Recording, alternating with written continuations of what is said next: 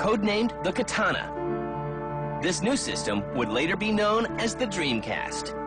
I was completely excited at the prospect of a next-generation platform from Sega because it was clear that we had struggled with Saturn. The Sega Saturn was a miserable failure for Sega, and they really wanted to get back into the race. So they put out the Dreamcast way before any of these next-generation systems came out. But would gamers trust Sega after all of their past failures? Definitely what Sega was trying to incorporate into the Dreamcast, what they learned from the Saturn, was a broader audience. They were trying to make it a gamer machine for everybody. I mean, they were really trying to shift gears there. It was a really crucial time for Sega. But it was also clear that the company had every intent of rejoining the battle, and we were all ready to rejoin the battle.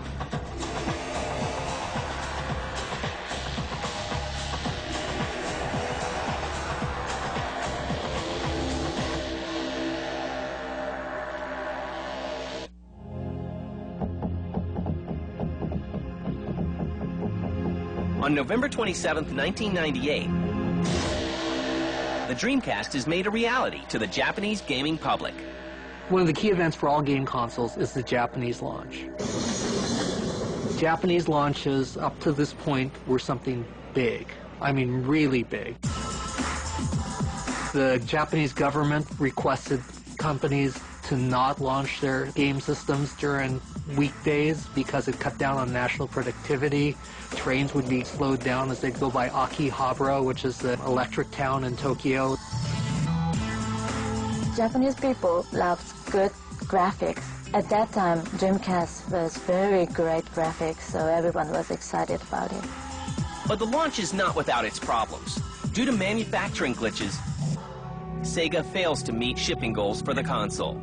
So with Dreamcast, they missed their first window of opportunity because NEC was making their graphics chip, and there weren't enough available for a full launch. So a lot of people left stores empty-handed.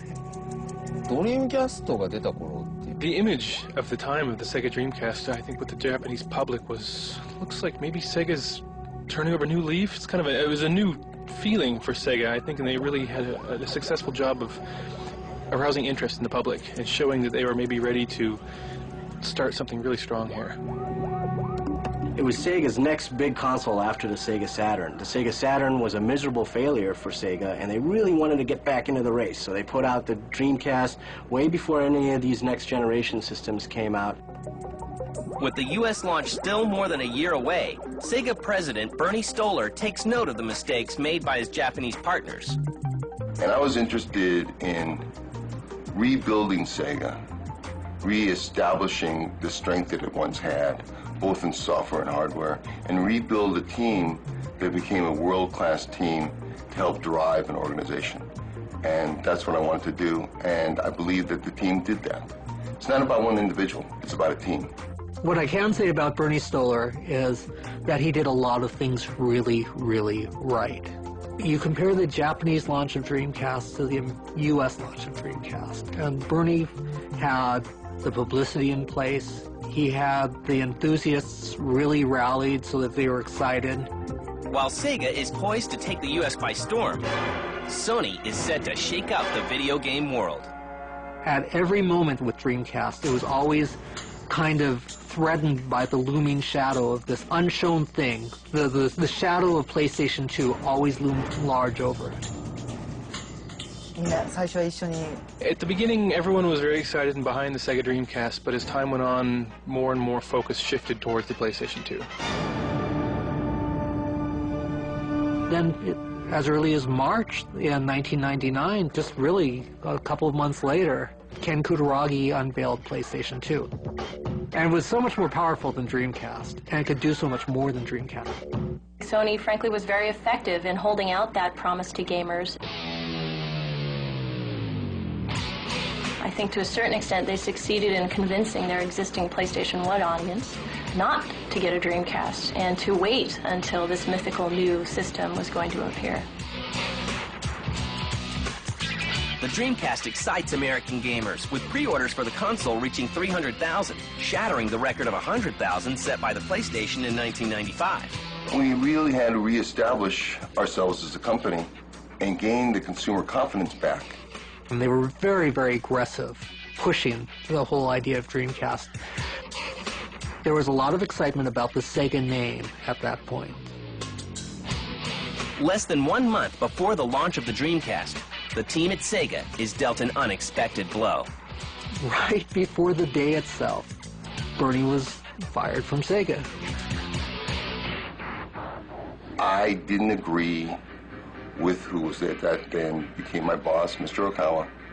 So we had a parting of the ways, and I left the company. It was unfortunate, but the team that I had built and the team that had really helped build the launch, they were in place. They were ready to go. They were ready to drive the product. And they did. The Dreamcast juggernaut could not be derailed, and the system launched in the U.S.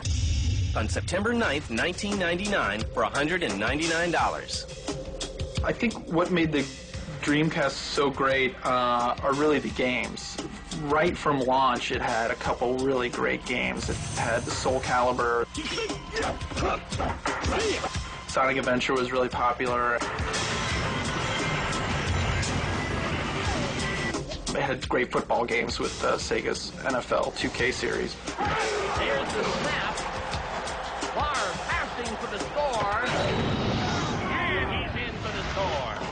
One of the other things that made the Dreamcast so great is the online feature. Out of the box, this came with a modem, this system. Immediately, you could be getting on and playing against other people across the country, and that was a real novelty back then. Just 4 days after the U.S. launch, Sega reports selling 372,000 Dreamcasts and bringing in over $132 million. The launch was successful. Sega was successful. And it regained the confidence of both the retail community and the consumer.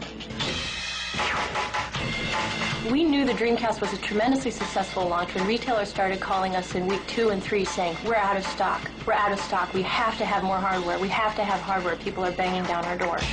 Sega tried to do all the things that they had done wrong with Saturn, right with Dreamcast. Saturn was very miserable to program. Dreamcast was a snap to program. Saturn had a very old-fashioned controller. It was really just a Genesis controller, still at the kidney bean shape. Dreamcast had a newfangled controller. They really looked and tried to do everything different. And that side of